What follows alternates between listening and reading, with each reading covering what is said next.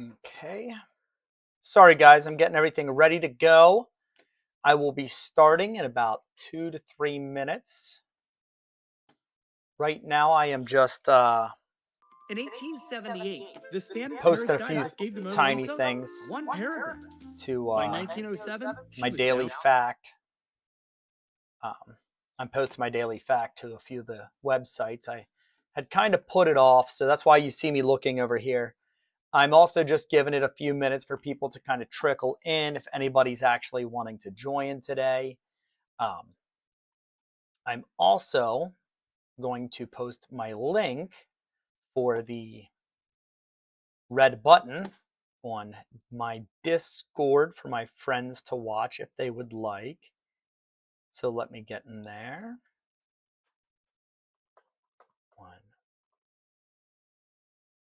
Watch. So that way people can just kind of filter in and out as this is happening. Okay, so that should all be set. I can shrink this one. I've got Kay. Hey, Kay, how you doing? Thank you for joining. I'm starting here in a second. I am just trying to get everything going. I am streaming on... Oh, I'm good. I'm streaming on TikTok and YouTube all at the same time. Well, thank you for sharing it out. You're the best. Yeah, we're today I'm going to be talking about Edward Shames. He's a World War II guy.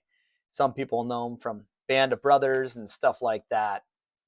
Oh, hi, LP. How's it going? Can't wait to start my story here in a minute. Just kind of giving it a second to let some people hop in. Hey. If I'm not super engaging, I apologize. I've been working on this script for a few days. I actually started it about 2 weeks ago, 3 weeks ago, got it written down, and I've got it up to quite a few pages. So I will try to engage with you guys a bit as I see you guys in there. I've got to look over here to see you guys, and my script is right here. You're the best. So yeah, we're just giving it a second.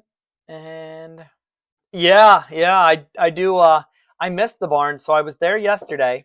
I might have told you guys this last night if anybody was in my other things. I was cleaning out my dad's trailer. Him and my aunt bought a pull-behind trailer that my one uncle was actually born in, and they want to fix it up. And me and my aunt were cleaning it out because my grandparents were hoarders, and so me and her cleared it out, and I was using my tractor to load up a bunch of the wood and cushions and yuck. And I was taking my tractor down the hill. I've got a pretty good hill at the barn. I don't know if you guys have seen that when I show me mowing and stuff, and dumping it into my burn pit. And so I came back up and I went to go load again, and I hopped off my tractor right into a groundhog hole and twisted my ankle pretty severely. So I'm having a little issues walking today and yesterday. And I was going to actually do this live downstairs in my library. And my library is on the bottom floor. And I don't feel like walking down the stairs. It's a little painful right now. So, okay, so I'm gonna get going with the stream. Like I told you guys, it's about Ed Shames, full story, History Unbuttoned. It's gonna be a live script. Tomorrow I plan to turn it into a full, hopefully 35, 40-minute video. That'll be most of the work I do tomorrow. I plan to play some video games and turn this into an actual video for YouTube as well. TikTok doesn't like it when I post 35-minute things. So that's how that works out. Anybody who wants to come in and join us, feel free. I don't know if there's any lurkers out there in the great beyond. So it says to, like, I wrote this script and I find some good music to put in the background, but I think that's something I'm going to have to work on in the future. So, okay, guys, I'm going to get into it. So here's what tonight is today, 2 p.m. Eastern time. So one story told all the way through, start to finish. Should take me about 45 minutes to an hour. I practiced it a little bit. Feel free to leave encouraging comments, hop in, hop out, push some clicks. I love it, and I appreciate it. So the man is Edward Shames. And if you know the name at all, You guys probably know it from the TV show, The Band of Brothers. And if you don't know it from Band of Brothers, you know, well, if you do know it from Band of Brothers, you probably know like 10% of what this guy's story is. And the 10%, oh, you're the best, LP. And the 10% you know is probably partially wrong and Hollywoodized. So we're going to go to Norfolk, right? Toccoa, the sand tables, D-Day, Carrington, a battlefield commission, river crossing in the dark, Bastogne, the camps, Hitler's Mountain, and 1 bottle of Cognac. 2 ground rules for tonight coming from me. Everything I say is sourced, and sources are in my description, and they will be at a source card at the end after I turn this into a video. So where there's something contested, I'm going to do my best to tell you it's contested instead of just picking the version that sounds better to get more clicks and likes. I like to tell you guys the truth, the best that I could find it, and the best that I could figure it. Put your questions in chat as they come up.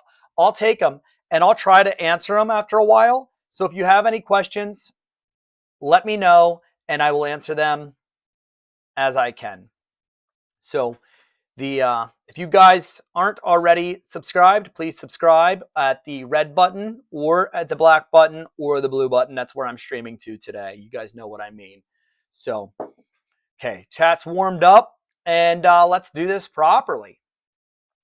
So, in 1961, a synagogue in Norfolk, Virginia, a man stood up in front of his family and opened up a bottle of Adolf Hitler's Cognac.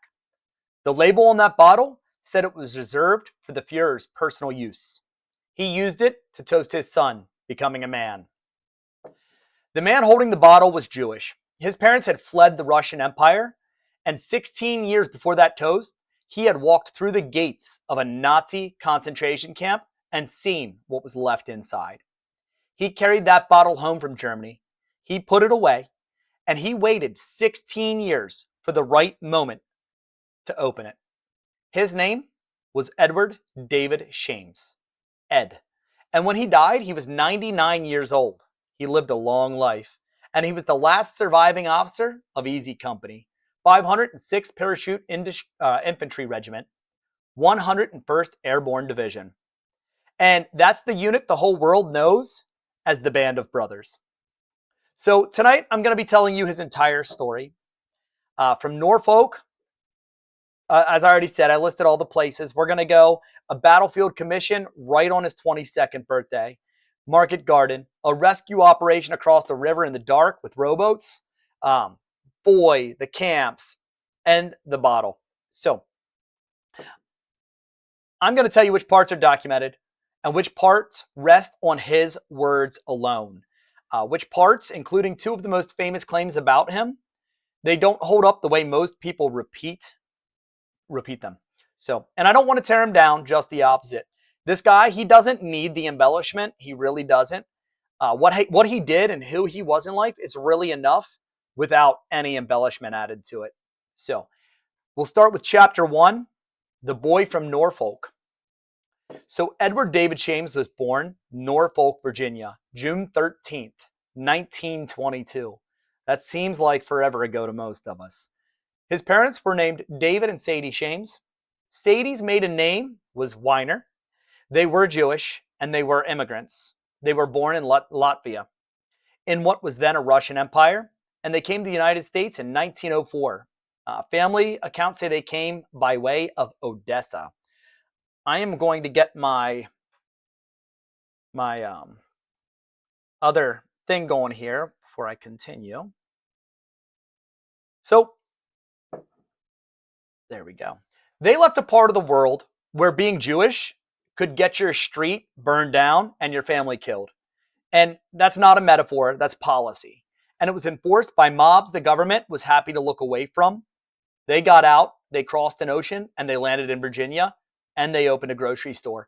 If any of you had seen my Holocaust Museum live that I did, or when I turned it into a video, you'll see I did discuss how the German government and the governments over there were approving people to mobs to go and just destroy Jewish businesses and homes and all of that. So Ed was the youngest of four, and he had two sisters, Anna and Simi, and a brother, George. And in 1927, when he was 5 years old, his father died. So his mother Sadie was left with four children and a store. Her brother, Ben Weiner, he moved in to help raise the family. And that's the foundation of this man, right? A Jewish kid in the American South in the 1920s and 30s. No father from the age of 5, and a widowed mother running a grocery. His uncle there filling in as a father figure, the youngest man, or the youngest of four children. So nobody in this story sounds like they're on track to end up standing up in Hitler's mountain house, right? It doesn't seem like any of these people are destined for the most great things in the world. So there's a detail here that almost never gets told, and I think it's worth telling because it makes him a person instead of just some statue or some hero people never really think of as normal. So by the time Ed was 18, he was married. He was married to a lady named Lillian Hoffman, and she was 16 years old. The 1940 census, it showed him living in Richmond in the household of his in-laws, Sam and Gussie Hoffman. Their marriage did not end well. It ended in divorce. So in 1946, after the war, he did get remarried to Ida Ephraim. They were married for about 73 years until she died in 2019. Can you imagine that? Recently, 7 years ago. So the young man, he is about to volunteer for the most dangerous job in the United States Army. And he's not some blank slate teenager. He's been through a little bit of life already. He's a kid from a grocery store family who's already been married and is already, by the standards of his own life, he's carrying some weight. He's already seen some things. He's had some adversity facing him. Oh, thank you, LP. I'll see you soon. So his obituary said he was called to duty August of 1942, and his actual Army enlistment record gives September 25th, 1942 at Richmond, Virginia. His service number was 13117836. I couldn't say that 6 times fast, so I had to have that written down. That's not a scandal, by the way. That's the ordinary gap between somebody being called to service and the time it takes for them to be formally sworn in. So the second thing I wanted to tell you guys, several accounts say he enlisted at 19, and at least one said that he forged his mother's signature to do it. But he was born in June of 1922, which makes him about 20 when he enlisted. So both things can't be true. Take what you will. My best read, the forged signature story is real, and it could, from some of the stuff that I've read, it's an earlier attempt for him to sign up right after Pearl Harbor, quite likely. And the enlistment record is the paperwork that finally stuck. I can't prove either one. I'm just telling you some of the unresolved instead of picking the version that sounds better. In 1942, okay, so you guys got to understand what Ed Shames volunteered for. In 1942, American Airborne Infantry did not exist as a proven thing. Nobody had really done it a lot, and the idea of dropping an entire regiment of infantry out of airplanes at night behind enemy lines with no way to resupply them and no way to get them out, it struck a lot of people, especially professional soldiers and generals and stuff, as somewhere between an experimental idea and absolute insanity. And the Army, they knew this. So they built the training camps to break people on purpose. They wanted only the people, the strongest mentally, who would not break, who were proven to be battle ready, right? So Ed had read about the 506th Parachute Infantry Regiment, and he applied. Camp Toccoa, Georgia, under Colonel Robert Sink. And Karahia. Karahia is a mountain 3 miles up, and I'm probably butchering how I say it. I apologize. 3 miles up, 3 miles down. The men of the 506th ran it until running it stopped being a punishment and became who they were. It became their motto. And I'm gonna attempt to say this again. Kurahi, the mountain. It's the thing they shouted when jumping out of the plane, the door of the plane, not knowing what they were jumping into. And Ed described it this way years later. A 25-mile march felt like a Sunday stroll to him. They walked 10 or 12 miles just to reach the training area each day, trained all day, and walked 10 or 12 miles back. We're talking about the greatest generation here. These people were built different. Ed started at the absolute bottom of the military, a private, item company, or I company, 3rd Battalion, 506th Parachute Infantry Regiment. Remember that because it matters and almost everybody gets it wrong. He didn't start an easy company. He was not an easy company at Toccoa. He was not an easy company on D-Day. 3rd Battalion, not 2nd. Item company, not easy company.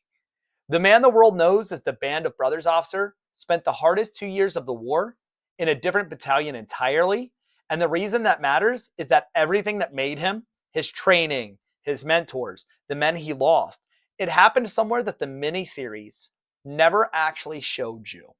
And of course, as we know, with Hollywood, you have timetables and you also have to make things more glamorous. So from Toccoa, the regiment went to Fort Benning to earn their jump wings. Then Camp McCall in North Carolina. And in the fall of 1943, they shipped to England. And here's the thing that changed Ed Shame's entire war. And it's not what you'd guess. It wasn't marksman. It wasn't being the toughest man on the mountain. It was that he could read a map. That was the skill that got him where he ended up. So he had a real feel for the terrain, for looking at contour lines on paper and understanding what the ground actually looked like when you're standing on it in the dark from a piece of paper. And the next thing that happened to him was that the commander of the 3rd Battalion pulled him out of a rifle company and up to the battalion headquarters. Lieutenant Colonel Robert Lee Wolverton. They called him Bull. That was his nickname in the military. Ed taught map reading to the battalion. He was promoted. He was made operations sergeant. So that skill he had was what promoted him to operations sergeant.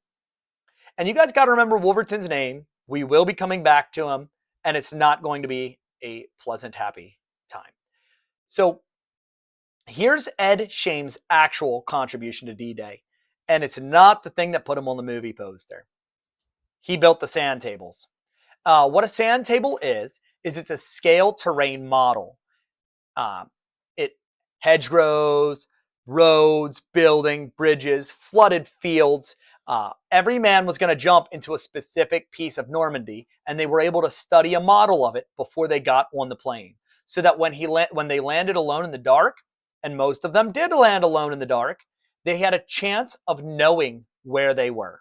And that is very important. You need to know where you are so you know where to meet and where to go from there.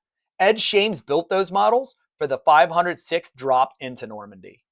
Think about what that job is, guys. You're 21 years old. You are being handed the most classified information in the world and told to turn it into something 600 men can memorize. And you know the entire time that you're doing this, that how well you do it will decide how many of your friends, your brothers, will be alive in a week. Let that sink in. This is how our military works.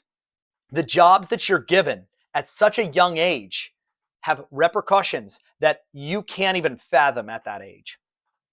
So, May 27th, 1944, there was a briefing. About 30 people in a tent. Ed was there. The officers from Supreme Headquarters stood up in front of a flip chart, and Ed described it as a man doing a piece of showmanship, a magician pulling a rabbit out of a hat. He flipped the cover, and heading underneath read, Operation Overlord, the invasion of Normandy. You guys got to remember, too, this stuff was kept tight-lipped. The invasion of Normandy was a huge deal. This could not get out. So, Wolverton, he comes out of his seat, and he said he'd had a hunch it was going to be there. He knew it. He just knew it. So now the evening of June 5th, 1944. Wolverton gathered his battalion in an orchard in England. 750 men, standing on either side of a low earthen bank. He told them he'd see them all again exactly 1 year from that night at the Mulebach Hotel in Kansas City. He then said something the 101st Airborne has been repeating ever since. And in fact, it's carved on a monument in France. On June 6th, 1984, standing at Point du Hoc on the 40th anniversary of D-Day, Ronald Reagan quoted Wolverton by name in front of the world. The line about not bowing your heads, but looking up. He said he was not a religious man. He didn't know how they felt about it, but he was going to ask them to pray with him and to do it on their knees with their faces raised up rather than bowed down so they could look at the sky while they did it. He asked God to use them as an instrument. He said they did not join battle afraid and they weren't asking for favors. He said that if they had to die, let them die as men without complaining. And certain they'd done their best for what they believed was right. I'm going to say that one more time. He asked God to use them as an instrument. He said they did not join battle afraid and they weren't asking for favors. He said that if they had to die, let them die as men without complaining, and certain they'd done their best for what they believed was right. They were quiet for about 2 minutes, and then Wolverton said the words, "Move out." A few hours later, Wolverton was dead. Chapter 4, D-Day. The drop into Normandy went wrong almost immediately. Flak, cloud, evasive flying, scattered formations. Men came out of planes miles from where they were supposed to be, in the dark, in fields the Germans had deliberately flooded and set up traps in. Ed described hearing shrapnel hitting the side of the aircraft and then hearing bullets going through the parachute canopies as they jumped out the door. This was one of the most, if not the most dangerous job anyone could do, and the lifespan of these men reflect that. Robert Wolverton's parachute caught in an apple tree in an orchard just north of a hamlet called St. Combe-du-Mont. He was hanging a few feet from the ground, tangled in his own harness, and he was machine gunned to death while still trying to get free. He never touched French soil. He was only 29 years old. Of the 15 men in Wolverton's stick, the 15 who jumped from his aircraft, 5 were killed on D-Day, 8 were taken prisoner, and 2 were never accounted for. 3rd Battalion, 506th, took the worst losses of any battalion in the 101st Airborne of that operation. The memorial at St. Combe-du-Mont records 93 killed and 75 captured out of 575 paratroopers. Oh, excuse me 1 second. Sorry.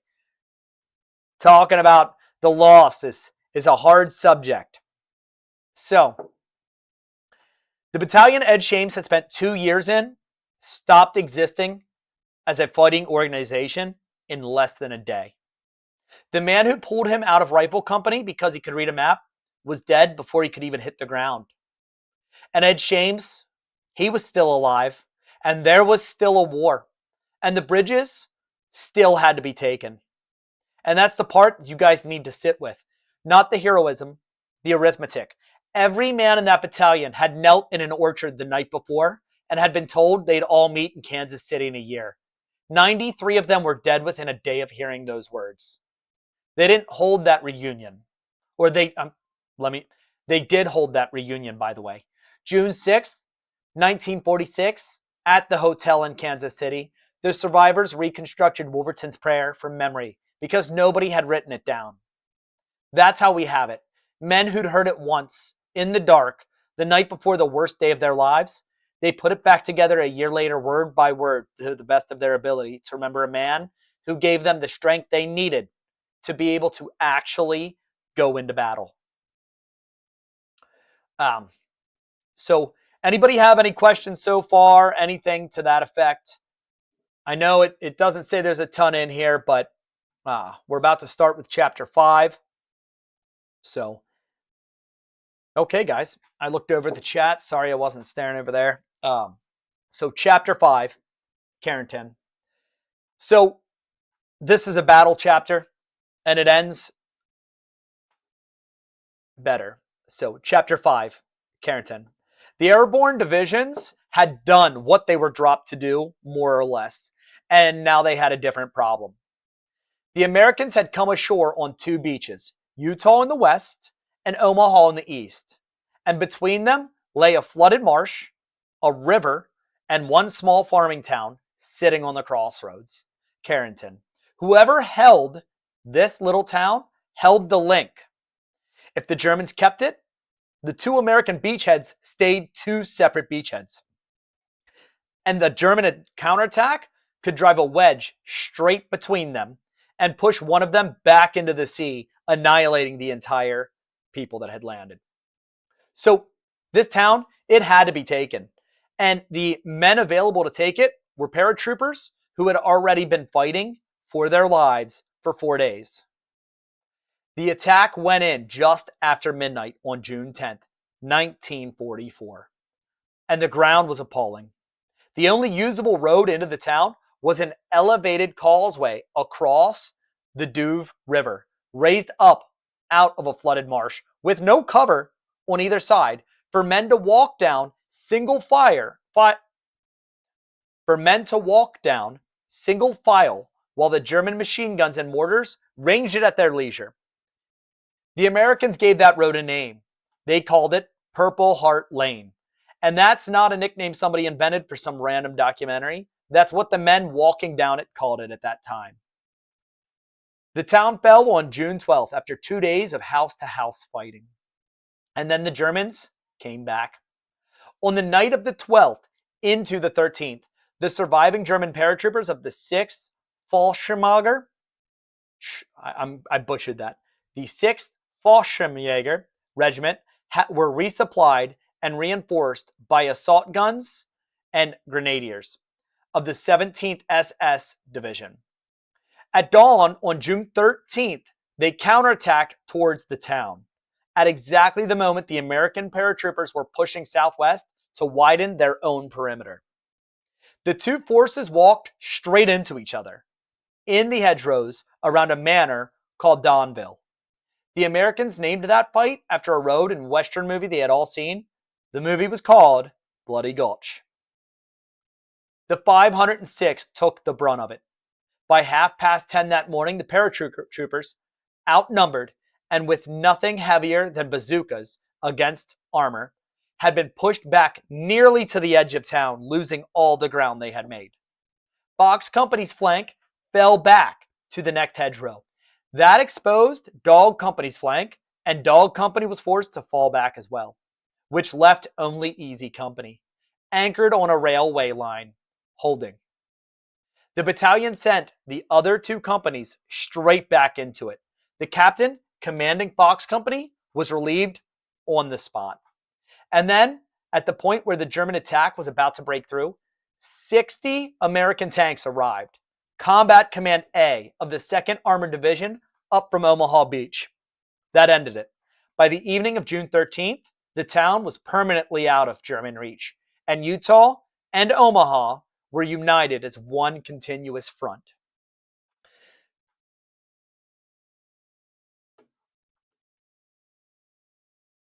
Thank you, History. I appreciate you. You're the best.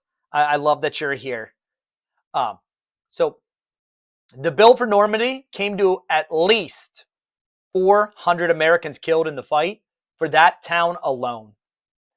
And across the whole Normandy campaign, of every regiment in the division, the 506th Parachute Infantry lost the most men. 983 casualties, 231 of them killed. Now hold 3 dates in your head at the same time if you can. June 13th, 1944. That's the day the Germans counterattacked at Bloody Gulch and the 2nd Armored Tank saved the perimeter at Carrington. June 13th, 1944 is the day Ed Shames received his battlefield Carrington.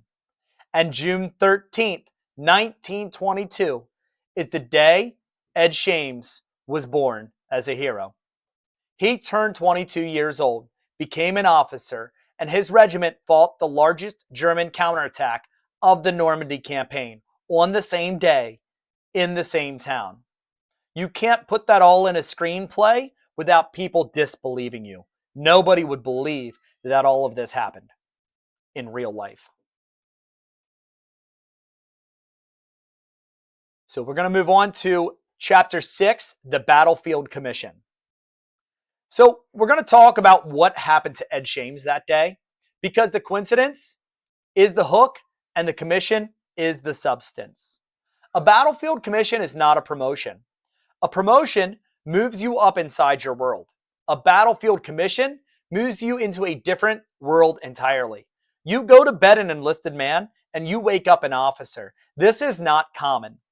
And the Army does it because the officers who were supposed to be doing that job are dead, captured, or not available. And somebody in front of you has decided that you can do it better than whoever they otherwise would send. In 1944, with an American Army full of men who had been to college, 2 officers candidate school, they handed a commission to a Jewish grocer's son from Norfolk, who'd started as a private because he had proven he was better at keeping men alive than any other alternative. He was the first non-commissioned officer in the entire 3rd Battalion to receive a commission in Normandy. The formal paperwork was completed later in England. And then they moved him out of the 3rd Battalion, out of Item Company, over to 2nd Battalion, to Easy Company. He took over its 3rd platoon. That is the moment Ed Shames became a Band of Brothers officer. Not Toccoa, not on D-Day, June 1944, after his original battalion had been cut to shreds. As a replacement lieutenant, walking into a company of men who already knew each other, and they did not know him or his record. And he was not popular. He was a yeller. He was blunt, to the point people thought he was rude. He had contempt for other officers. He thought they were incompetent, and he didn't care who knew it. In the HBO series, you see Dick Winters is written as saying that Shames had seen too many war movies and thought he had to shout all the time. Ed himself never disputed the yelling. What he disputed was the idea that it was all theater. The line he treated as the highest compliment he ever got came from one of his own men, and it was this: that he was the meanest, roughest so-and-so that a man had ever had to deal with, but he brought them home. Chapter 7, Market Garden and the River. So September 17th, 1944, Operation Market Garden. The plan was to drop 3 more airborne divisions into occupied Holland, seize a chain of bridges, and let British Armored Corps drive up a single road through the gap into Germany. If it worked, the war could be over by Christmas. It didn't work. The 1st British Airborne Division dropped at Arnhem and ran into far more resistance than anyone expected. Only a small force actually reached the bridge, and it was overwhelmed. The rest of the division was compressed into a pocket at Oosterbeek and pulled out across the Rhine on the night of the 25th of September. About 2,400 men got out, which meant thousands did not. Several hundred British paratroopers were left on the wrong side of the Lower Rhine, hiding in the woods, in barns, in Dutch farmhouses, kept alive at enormous personal risk by the Dutch resistance. At first, they thought they'd have to wait. The British Second Army, they would resume the advance, cross the river, and they'd be back at their own lines. Then it became very clear to them the Allies were not crossing the river that year. So a plan got made to go get them. On the 16th of October, a British lieutenant named David Dobby crossed the Rhine and reached Allied lines. He got to the British 30 Corps, and he got to Major General Maxwell Taylor's 101st Airborne Division. And both, they approved the operation and set it to go. Codename, Pegasus. British intelligence, MI9, specifically a man named Harry Neve, whose entire job was getting Allied personnel out of occupied Europe. He coordinated with the Dutch resistance. The resistance gathered the hidden men and moved them quietly in small groups through German-held country to a collection point near the village of Renhem, about 3 miles west of Arnhem. The Rhine at that point was roughly 150 to 200 meters wide. The assembly point was about 500 meters from German machine gun positions. Royal Canadian Engineers and British Royal Engineers would cross in boats to collect them, and American paratroopers of the 506th, 101st Airborne went along to fight if it came to that. Ed Shames volunteered. He didn't have to. He had just taken over the platoon in a company that wasn't his. He went anyway, on an operation run by another army to pull out men he had never met. The night of October 22nd into the 23rd, 1944, 138 men came across that river. British paratroopers, air crew, a soldier from the American 82nd Airborne, Dutch civilians, and some Russians. Among them were Brigadier Gerald Lathbury and Major Digby Tatum Warder, who had been running the whole hidden network. The Germans eventually fired mortars at them, but they hit nothing. One man did not make it across. 138 out, one life lost. Ari Neve, who spent the war doing exactly this kind of work, called Pegasus the largest escape from occupied territory in the Second World War. When they got to Nijmegen, Dobie had arranged a welcome for them with champagne. There was a second operation, Pegasus 2, in November. It was compromised and it failed, but the resistance kept working behind the scenes. And over that winter, more men got out in ones and twos. Somewhere in this period, the sources place it in these campaigns without penning the day that Ed Shames was wounded in the left leg, but he kept going. Looking to see if there's any questions or anything like that up. I don't see anything. So, appreciate it, guys. We'll continue on then.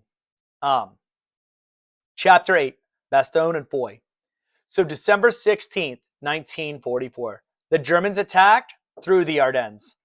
The 101st Airborne was trucked to Bastogne, not dropped, trucked, in open trailers in December, and then they were put into a line around a road junction town that the German advance had to have. They had to have it to continue the war. They were short of winter clothing, short of ammunition, short of medical supplies, and they were surrounded. Ed Shames was there for all of it, in the woods outside Bastogne, in charge of a 3rd platoon of Easy Company. Then, Foy. So Foy is a small village north of Bastogne that Easy Company, they had to take it.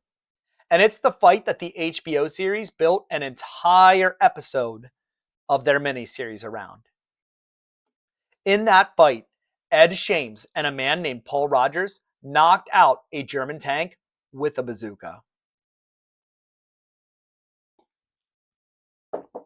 That's it. That's the whole sentence.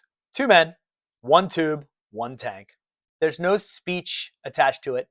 Nobody filmed it. It's a line in a book. And that is what most of this actual war looked like. A thing that would be a centerpiece of a movie. All of these brave men fighting this war and the things that they accomplished really is just a sentence in a larger scheme of other amazing things. So, I want to say something here about the version of Ed Shames that most people have in their heads, because Bastogne is where it matters. In Band of Brothers, he's a supporting character, and he's not a flattering character. He's loud, abrasive, a little ridiculous. The man himself was harder to caricature. He was openly critical of officers. He thought they were dangerous, including some who were close to the men writing the histories afterwards. And it is not a wild leap to think that that shaped how he came out on screen. The negative portrayal, I won't say negative, but how he was portrayed eventually. What his own men said about him afterward is record, and it's consistent. He was hard to serve under, and they all made it home. Both of those things are the same fact. So we're going to move on. Chapter 9, the camps. I'm going to try to not tear up when I talk about the camps. So Chapter 9, the camps. In the spring of 1945, the 101st Airborne drove south into Germany, and the last week of April, they found something. I told you at the top, two of the most repeated claims about Ed Shames didn't survive fact-checking. This is the first one, and I want to be careful handling it because getting it wrong is not really trivia error, it's a Holocaust error. Almost every obituary for Ed Shames, CNN, the AP, PBS, NBC, his own funeral home notice, said he was the first member of the 101st Airborne to enter Dachau concentration camp days after its liberation. Here's what the official record says. The United States Holocaust Memorial Museum and the U.S. Army Center of Military History maintain a formal list of divisions recognized as liberating units. The standard is documentary. A division's own official records have to show its presence at a camp within 48 hours of the first soldier arriving. The 101st Airborne Division is on that list. It was recognized in 1988. It is recognized as Kaufering 4. Kaufering 4 was one of the 11 camps in the Kaufering complex in the Landsberg region of Bavaria. The whole complex was administered by Dachau. They were the sub-camps of the main camp, and they were the largest group of them, and they are considered some of the worst. The prisoners at Kaufering were being worked to build three enormous underground bunkers, hidden from Allied bombers, where Germany intended to mass produce the Me-262 jet fighter. They never produced a single aircraft there. Around 30,000 people passed through those 11 camps. About half of them died of starvation, disease, execution, or the death marches. Kaufering 4 held more than 3,600 people at its peak. It was designated a hospital camp. It was not a hospital. It was where the sick and the dying were sent to be abandoned. In the days before the American troops arrived, the SS marched most of the surviving prisoners south towards Dachau. Hundreds were too weak to walk. So the guards set fire to the barracks with those people inside them to keep them from being liberated because they knew the liberating armies were coming. The 12th Armored Division reached Kaufering 4 on April 27, 1945. The 101st Airborne arrived the next day, April 28th. They found approximately 500 dead. And in the days after, the U.S. Army marched the townspeople of the surrounding villages into that camp and made them bury the bodies. The main camp at Dachau, the original one, opened in 1933, and it was liberated on April 29, 1945, by the 45th Infantry Division of the U.S. 7th Army, with the 42nd Infantry Division at a major subcamp the same day. I'm sorry, guys, there's a lot of numbers in the naming of units for the Army. So the 101st Airborne, as a division, did not liberate Dachau. It liberated a Dachau subcamp, Kaufering 4, and it is formally recognized for that by the Holocaust Museum Memorial's own records. Can both things be true about Ed personally? Yes. And they probably are. His authorized biography, written with him by Ian Gardner, states that he was the first member of the 101st to enter Dachau days after its liberation. That's Ed's account, given directly to the biographer. Dachau fell April 29th. The 101st was operating in Bavaria at that exact moment. A lieutenant going to see the main camp in the days after it fell is entirely plausible. There is no way to know for sure whether he was there. But his testimony, not a divisional record, is not the type of evidence that is accepted by the scholars. So here's how I would say it. And if you repeat this story, this is the way I would say it. Ed Shame's division is officially credited with liberating Kaufering 4, a sub-camp of Dachau, on April 28, 1945. Ed himself said he went to the camp proper in the days after it was liberated, and there is no reason to doubt him, but it is his word rather than documented fact. That version, it takes a lot longer to say to somebody, but it's the truth. And here's why this matters at all. The man walking through those gates, this is why this all matters in the end. The man walking through those gates was the son of 2 Jewish immigrants who had left the Russian Empire in 1904 to get away from exactly this. His parents ran from it. He came back with a rifle and found the end of it. He said afterwards that what he saw there never left him. He was not unusual in that, though. Almost nobody who saw those camps was entirely ever done with them. It stuck with them for the rest of their lives.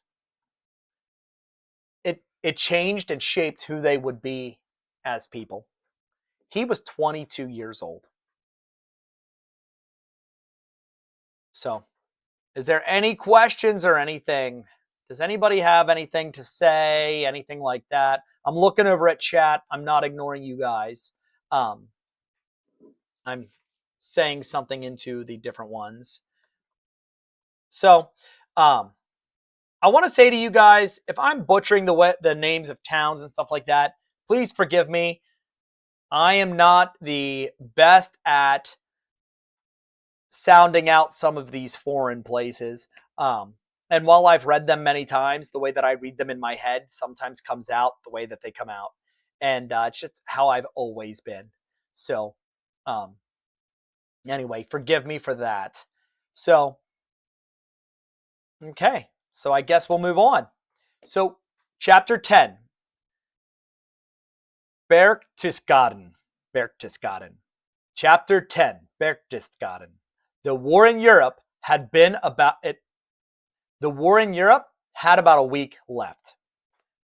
Hitler shot himself in Berlin on April 30th. The Soviets took the city on May 2nd, and the last prize left in the west was Berchtesgaden, the Bavarian mountain town right below, and I'm going to butcher this, Obersalzberg, where Hitler had his Berghof and where 3,000 feet above it sat on the Kelsteinhaus, the eagle's nest. Everybody wanted it. It was the last great trophy of the war, and every unit within reach knew it. Band of Brothers, the book in the series, has Easy Company arriving first. Once again, the actual record does not support that. On the morning of May 4th, 1945, 3 units were positioned to take Furstengarten. The 7th Infantry Regiment of the U.S., 3rd Infantry Division, the French 2nd Armored Division, and the 506th Parachute Infantry. The 3rd Infantry Division got there first. Major General John O'Daniel, Iron Mike, sent 2 battalions in, and they took the town on May 4th against essentially no resistance. They also seized the only standing bridge over the Salak and closed it to everybody else.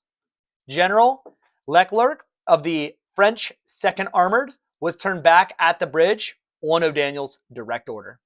The French came into town later that evening. The next morning, May 5th, the French and the 3rd Division 7th Infantry held a joint flag raising. Easy Company arrived the day after. Most accounts put them in on May 5th, though there are some elements of the 506th that are placed as late as maybe May 8th, right? 2 things you should know about that.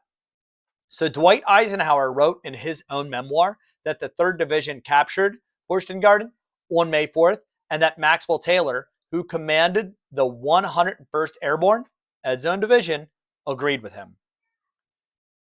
And Dick Winters, in his memoir, conceded the point.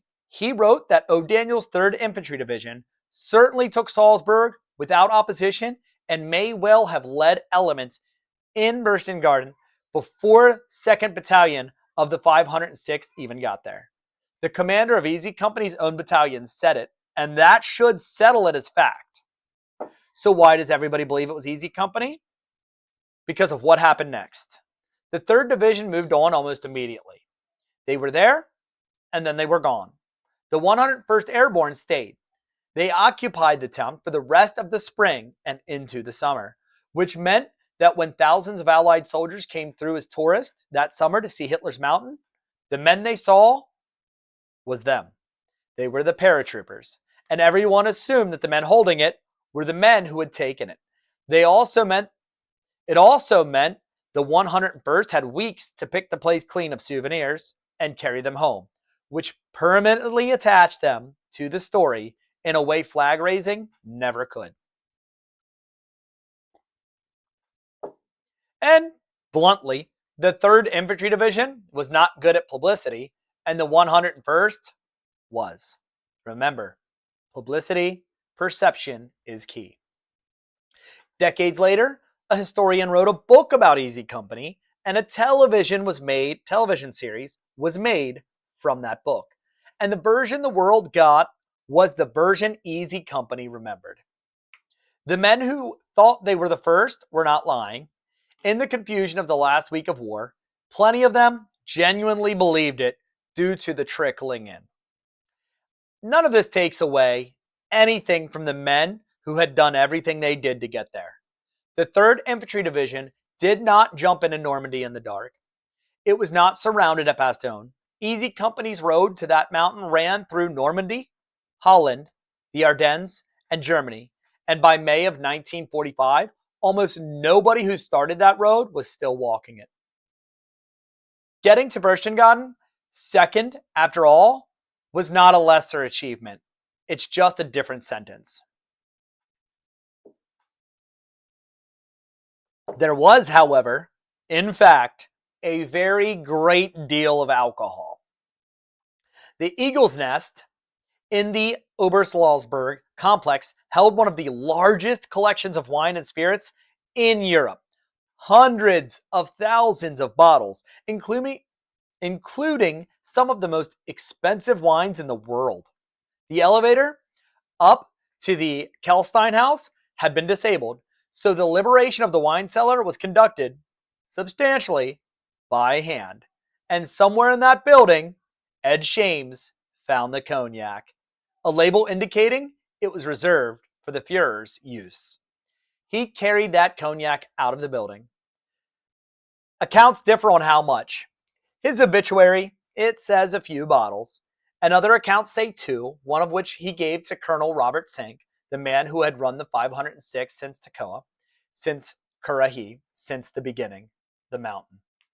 What is not in dispute is that one bottle made it the whole way from Germany home to Virginia. So chapter 11, the toast. Ed Shames came home. He married Ida Ephraim in January of 1946. They were married 73 years. He went to work for the National Security Agency as a specialist on Middle East affairs, a job that he held for decades. He stayed in the Army Reserve and retired a full colonel in 1973. He had earned the Bronze Star and a Purple Heart, and he put that bottle away for 16 years. For 16 years, that bottle sat in a house in Norfolk, Virginia, while a man who had jumped into Normandy and been surrounded at Bastogne and walked into a concentration camp went to work. He raised 2 sons, and he didn't talk much about anything he had been through. And then in 1961, at the Israel Synagogue in Norfolk, his oldest son, Stephen, became a man at his bar mitzvah, which, if you don't know, is the tradition the moment a Jewish boy is called to the Torah as an adult member of his community. It is the ceremony that says, this line continues, we are still here. Ed Shames stood up in that room, in front of his family, in front of his congregation. He opened Adolf Hitler's cognac. He poured it out. He drank it. And when the bottle was empty, he threw it away. He said years later that all it had ever been was a 2-cent piece of glass. Think about that arithmetic. A man builds an empire on promising the extermination of a people. He put his name on a bottle in a mountain house. 16 years later, that bottle is in a synagogue in Virginia, being emptied to celebrate a Jewish 13-year-old boy by a paratrooper whose grandparents had fled the pogroms. And then it's garbage. 2 cents worth of glass. That's not a war story, my friends. That's a verdict. That's claiming. That's showing Hitler was done. The world survived. Epilogue. So where I'm going to start wrapping it up. Epilogue, the last one. Ed Shames lived, nearly all of them. Roderick Stroll died December in 2019. Ed became the oldest surviving member of Easy Company. He was already the last surviving officer. On November 6th, 2021, the American Veterans Center gave him a final toast at their annual honors program and presented him with the Doolittle Tokyo Raiders Wings of Valor Award. 27 days later, on December 3rd, 2021, he died peacefully at home. He was 99 years old. He was survived by his 2 sons, 4 grandchildren, and 12 great-grandchildren, and by exactly 1 other man from Easy Company, Private First Class Bradford Freeman. At his funeral, the 101st Airborne sent a detail from the unit that carries Easy Company's lineage. The casket party was led by 2nd Lieutenant, holding the same job in the Easy Company that Ed Shames had held in 1944. 80 years later, the Army sent his replacement to help carry him.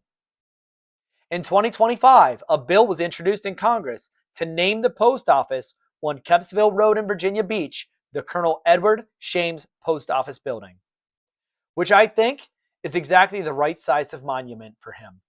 And not a statue, a building where people go to mail things, with his name on it, in a town where he lived. So guys, before I sign off for today, here's a lot of the things that I tried to find out as I researched this, but I couldn't nail it down. And I want to let you guys know out loud what it was. I mentioned a bunch of them as we went through it. One was his enlistment date. His obituary says August 1942. The Army enlistment record says September 25th, 1942. Both are in circulation. 2, his age when he signed up. Several outlets say 19, and one says he forged his mother's signature, but his birth date makes him 20 in September of 42. And so I can't really reconcile those 2 dates, and I'm not going to pretend I can. 3, Dachau. His division is officially credited with coffering for a Dachau subcamp on April 28, 1945. His personal entry into the main camp comes from his own testimony in his authorized biography. I believe him. I have no reason to doubt him. I just can't document the fact. 4, Borchgaden and the Eagle's Nest. The 3rd Infantry Division took the town on May 4th. Easy Company arrived the next day, May 5th. Who physically got inside the Kelstein house first is genuinely unresolved. Who got into the Eagle's Nest first? The 3rd Division claims it. French officers and the 2nd Armored claimed it. And the 101st claims it. Eisenhower and Maxwell Taylor both accredited the 3rd Division with the town. I don't know who was first through the door, and at this point, neither does no one else. 5, the Cognac. His obituary says a few bottles. Some accounts say 2 bottles. 1 kept, 1 given to Colonel Sink. The bar mitzvah itself is firmly placed in 1961 at the synagogue in Norfolk for his son Stephen. Number 6, Bloody Gulch. His commission on June 13th at Carrington is documented, and the battle on June 13th at Carrington is documented. I could not find a source placing Ed Shames personally in that engagement. His regiment fought it. That's as far as the record goes. That's as far as I know. 7, Easy Company's arrival at Berchtesgaden. May 5th is the usual date. That's what's given on a lot of accounts. Individual companies of the 506th are placed getting there as late as May 8th, so a 3-day difference there. depending on the source. And also, I'll assert is that they got there after the 3rd Infantry Division did. That is a documented fact. Number 8.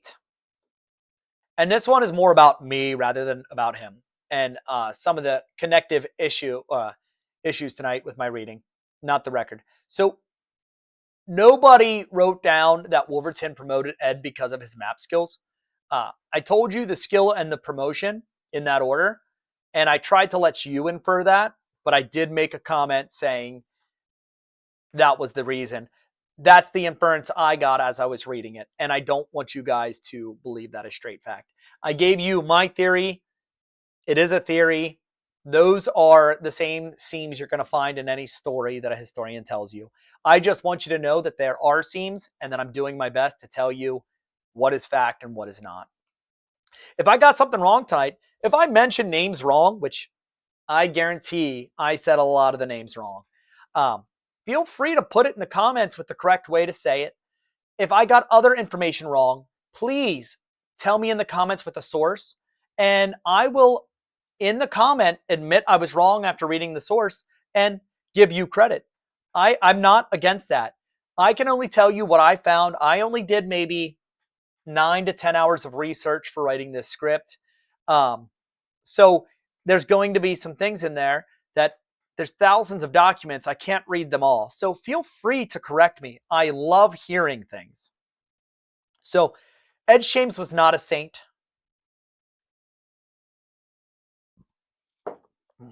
Ed Shames was not a saint. And he would have been the first one to tell you so, loudly and probably while criticizing your map reading skills. He was a grocer's son from Norfolk who could read the terrain, who got handed a commission on his 22nd birthday because the men who were supposed to have that job were dead. He volunteered to cross a river in the dark for strangers to save them. Who held a frozen wood line outside Bastogne, who walked into a place his grandparents had once crossed an ocean to escape, and who waited 16 years to make one perfect gesture with a bottle. He brought his men home. He is credited with that at every turn. That was his whole job as he understood it, and he did it, and he did it well. History is crazy, my friends. I hope you brought snacks. Get ready to ride this timeline. I want to give a special thanks to the National Archives and Records Administration, NARA. Without them, a lot of the photographs I get, a lot of the stories I tell would just be stories. They wouldn't have the records behind them to really show how true these stories are. I want to thank, once again, the United States Holocaust Memorial Museum.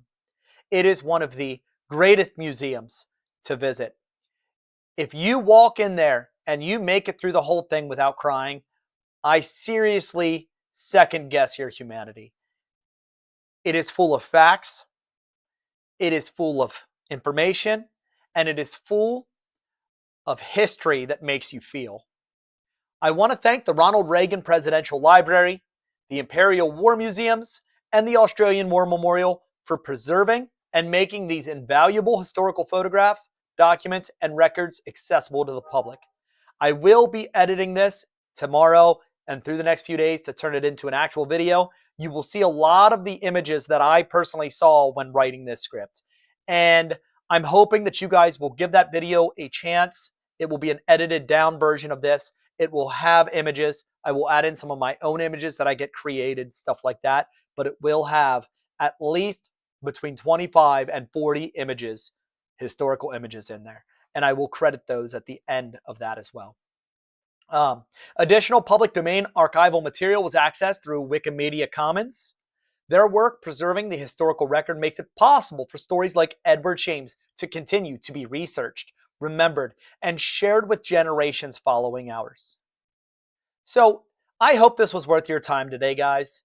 Please like and subscribe to History Unbuttoned on YouTube, TikTok, and Facebook. I would love it. I would love some comments, especially on the red button side of things. Please share this with people who think they already know the story of the Band of Brothers, but would like to hear some of the real behind it. Please help me keep this channel going. I'll see you on the next one. Signing off for the day, History Unbuttoned. I hope you guys have a wonderful day, a wonderful weekend, and I'll see you on the next one. I am actually going to stick around for a little in my live. If anybody, thank you, History in the Shadows. You are awesome, and I appreciate you. I don't know if anybody's in here. The weird thing is, let me bring up my actual TikTok window, and I can talk to you guys and hang out with you guys in there. TikTok Studio. Nope, that's the wrong button. So I stream this through there, Live Center. So I stream this through. I stream this through something called Streamlabs, and let me put this over here so I can look at you guys while I talk. I stream this through Streamlabs, and what that allows me to do, and shameless plug for them, is it allows me to stream on multiple platforms. I do that because I have different subscribers on each platform, and I don't want to ignore any. I don't want to ignore any of my subscribers. I can't say fans yet. I'm not really popular, as you can tell. But one day I'm hoping to be able to get a nice studio up and going. I've got a place for it at my barn. I've been working on it as much as my health allows me. It's going pretty well. I'm getting a lot of it done. I think next week, me and my brother are going to start building the bookcases. The problem is we're having a high school reunion there. I can't give it a date, like a 25th. I think it's like 23rd or 24th.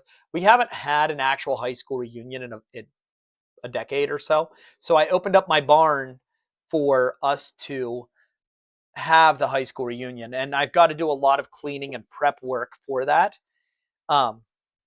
So I want to get my bookshelves started and built, but I have a lot of stuff to do. I've got some wood that I chopped up that I need to get to my uncle. He has a wood stove that he uses to burn and keep his house warm at their farm, which is directly next to my one street separates their 160 acres from my measly, I say measly, but I love it, my 4 acres.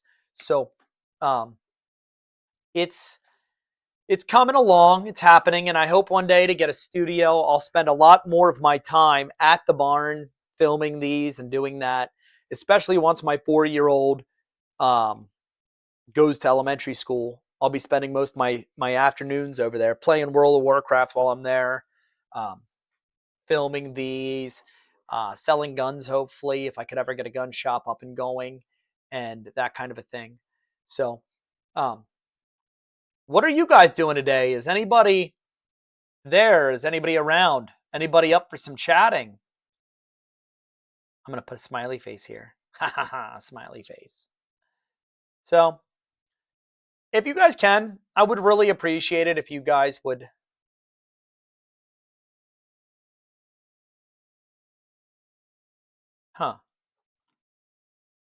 If you guys can, I would really appreciate it if you would go to the other platforms and just hit like and that kind of stuff. It would really mean a lot to me. I had posted this on Discord, but it doesn't look like I got many takers. If anybody has any ideas on how to get this out to people who like to just listen to history and stuff like that, I'm open ears, open book at this point. I'm not sure how to get History Unbuttoned as a brand out there more. And I know people say just hop on TikTok and start selling yourself and all of that, but I'm not really good at that. What I am good at is loving and feeling the stories I tell, the historical stories I tell, and hoping that people come in, join, and share. So, if any of you guys really have ideas, even if you have ideas for a video, even if I've already done the video and you would like to see a different take on it or a different style, I do a few different styles. I do my in-person, you see me style. I do my 8-bit video, which is really like a Super Nintendo 16-bit style. I do long videos anywhere from 2 minutes to an hour and a half, 2 hours for these lives. I do 10-minute videos regularly. I do 35-minute videos when I have the time. Editing those takes a long time. But if you guys have any ideas or you would like to see a longer take of something, you tell me. I had a buddy, when I first started doing these videos and I was doing nothing but AI videos, I did one on the molasses flood, a 2-minute or a 1-minute video, real short, fun. It's a fun video. And my buddy told me, he goes, I'd love to see you do a longer video. And I said, okay, I'll get to it. And that was 6 months ago. 3 weeks ago, I recorded it. I recorded a 10-minute video on the Boston molasses flood and got a lot more of the facts in there and that stuff. And it turned out really good. I mean, it's only got 5 viewers on my Red Button channel. But it turned out really good. I added in a bunch of National Archive images. I had some images generated. I used ChatGPT to help me create a few images. I used Leonardo to bring 1 or 2 of them to life. It's nothing crazy, but it was fun. It took me a little bit of time. I used Suno to come up with a background sound for it all. Edited it all together. I spent all of yesterday taking all the images I had gotten, all of the recordings I had gotten, putting them together. It's not my best product I've ever done, but it turned out all right. And you can see the full 11 minutes at the Red Button under my full videos. I did put a few of the clips, small clips, up on TikTok, YouTube, and Facebook. They're just 20-second, 30-second teaser trailers, so don't hate on them too much. What I do is I use something called Opus Clip, and it takes my video and it breaks out what it calls the most viral moments, when really is just garbage clips, and it kind of teasers them. And then I'm hoping from that people are like, oh, that sounds cool, and that they search out the full video. Not been very lucky with that so far, but that's okay. I will say this. I love making these videos, guys. I sincerely enjoy all parts of this. If this never goes anywhere, if I never get History Unbuttoned or History Unbuttoned 8-Bit History to go anywhere, I will know that there's some videos out there of me telling history for the world to see at some point, and that makes me happy to share what history I can. It's crazy too. So I'm streaming myself so I can see. YouTube has me delayed really far. It's crazy.